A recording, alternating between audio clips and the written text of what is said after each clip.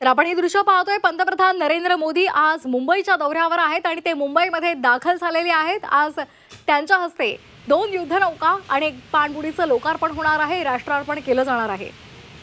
पंतप्रधान नरेंद्र मोदी हे मुंबईमध्ये दाखल झालेले आहेत आणि त्यांचं स्वागत केलं जात आहे.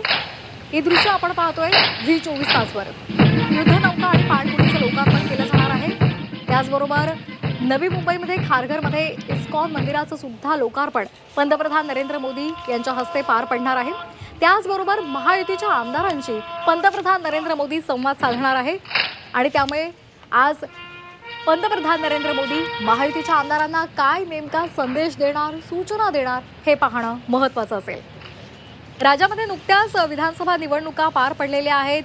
महायुतीला यामध्ये मोठं यश मिळालेलं आहे आणि यानंतर आता पहिल्यांदाच पंतप्रधान नरेंद्र मोदी इथे येत आहेत.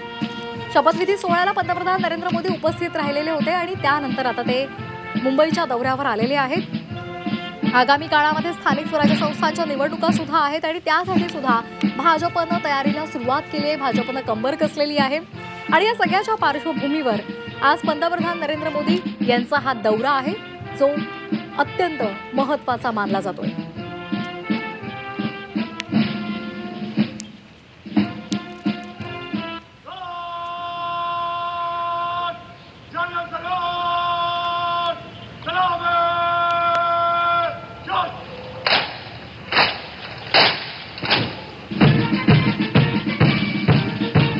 पंतप्रधानांच्या हस्ते मुंबईमधील नौदल गोदीमध्ये INS सुरत, INS निलगिरी या युद्धनौकांचं आज राष्ट्रार्पण केलं जाणार आहे आणि त्याचबरोबर INS वागशीर या पाणबुडीचं सुद्धा राष्ट्रार्पण केलं जाणार आहे.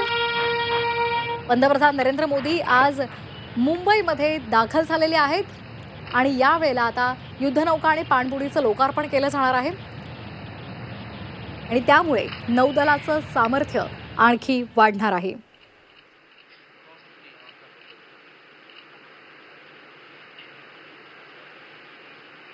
ही दृश्य आपण पाहतोय. कार्यक्रमाला सुरुवात झालेली आहे. पंतप्रधान नरेंद्र मोदी त्याचबरोबर इतर महत्त्वाचे मान्यवर मुख्यमंत्री देवेंद्र फडणवीस व्यासपीठावर बसलेले आहेत. INS Surat, INS Nilgiri, INS वागशीरचा आज लोकार्पण होणार आहे. नेव्हल डॉकमध्ये मोदी पोहोचलेले आहेत. या तिन्ही अत्याधुनिक युद्धनौका आणि पाणबुड्यांमुळे भारतीय नौदलाची ताकद आणखी वाढणार आहे. पंतप्रधान नरेंद्र मोदी यांनी मंगळवारी म्हणजे काल पोस्ट केलेली होती, 15 जानेवारी हा आमच्या नौदलाच्या क्षमतेसाठी अत्यंत खास दिवस असेल असं त्यांनी म्हटलेलं होतं. तसंच 3 नौदल लढाऊ जहाजांच्या समावेशामुळे संरक्षण क्षेत्रामध्ये जागतिक नेता बनण्याच्या आमच्या प्रयत्नांना बळ मिळेल आणि स्वावलंबनाच्या दिशेनं आमचे प्रयत्न बळकट होतील असं पंतप्रधान नरेंद्र मोदी यांनी आपल्या या पोस्टमध्ये म्हटलेलं होतं. आणि आज या 3 महत्त्वाच्या युद्धनौका आणि एक पाणबुडीचं लोकार्पण होणार आहे, राष्ट्रार्पण होणार आहे. INS निलगिरी ही P-17A स्टेल्थ फ्रिगेट प्रकल्पाचं एक पहिलं जहाज आहे. भारतीय नौदलाच्या वॉरशिप डिझाईन ब्युरोनं हे डिझाईन तयार केलेलं आहे. तसंच निलगिरीमध्ये प्रगत क्षमता सी कीपिंगचा समावेश सुद्धा आहे. देशी फ्रिगेटच्या पुढच्या पिढीचं हे प्रतीक मानलं जातं आणि त्यामुळे ही महत्त्वाची युद्धनौका आज नौदलाच्या ताफ्यामध्ये दाखल होणार आहे. यामध्ये प्रगत सेन्सर्स आहे आणि शस्त्र प्रणाली सुद्धा आहे. Chetak advance light helicopter MH-60R हे हेलिकॉप्टर ऑपरेट करू शकतात.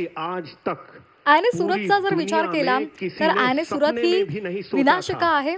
P-15B गाइडेड मिसाईल डिस्ट्रॉयर प्रकल्पाचं हे 4थं आणि शेवटचं जहाज आहे. जगातलं सर्वात मोठं आणि सर्वात प्रभावी विनाशकांपैकी हे एक महत्त्वाचं जहाज आहे. विश्व के कोने कोने में लोग हैरान हैं कि करोड़ों भारतवासियों को यासाठी 75% देशी सामुग्री वापरण्यात आलेली आहे. देशी सामुग्रीतून ही युद्धनौका उभारण्यात आलेली आहे. प्रगत नेटवर्क आणि प्रगत शस्त्र सेन्सर पॅकेजसह ही नौका सुसज्ज आहे. श्री नरेंद्र मोदी जी के नेतृत्व में याच वेळेला 2 युद्धनौका आणि एक पाणबुडीचं सुद्धा लोकार्पण राष्ट्रार्पण केलं जाणार आहे. INS वाक्षर ही पाणबुडी आहे. P-75 स्कॉर्पिन ही प्रकल्प कल्वरी वर्गाची 6वी आणि शेवटची पाणबुडी आहे. ही तयार करण्यासाठी फ्रेंच नेव्ही ग्रुपची सुद्धा मदत घेण्यात आली आहे. जगातील सर्वात शांत आणि बहुमुखी डिझेल इलेक्ट्रिक पाणबुड्यांपैकी ही एक पाणबुडी आहे.